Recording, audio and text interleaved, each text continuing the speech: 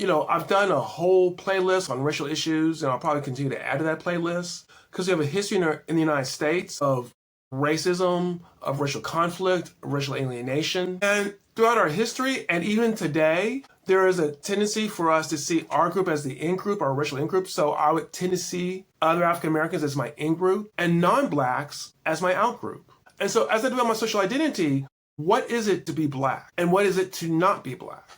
Let me just give a stereotypical example, all right? African Americans are known for playing basketball. There's an image out there of us playing basketball. I like playing basketball. I've gotten a little bit too old. My legs can't take it any longer. I miss it. And so I do see as part of my image, it's not an important part, but part of my image is, I could have been drawn deeply in other sports as basketball. It does help that I'm 6'3", but I could have been drawn in other sports as basketball, and that's kind of part of my black image. I tend to see others who are not black as not as into basketball as much as I am.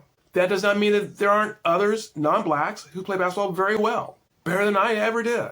But that's sort of an image that I have. You think about other cultural aspects, you can think about political aspects of my image as an African American. It's part of who I am, okay? And I create that, not just what I said that I am, but what others are not. Others are not as interested in basketball as I am.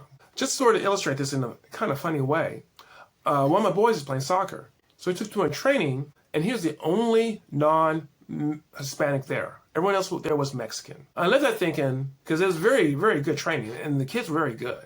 I left there thinking, you know what? In the United States, you want to learn how to play soccer? You go to the Mexicans. You want to learn how to play basketball? Come to the African Americans.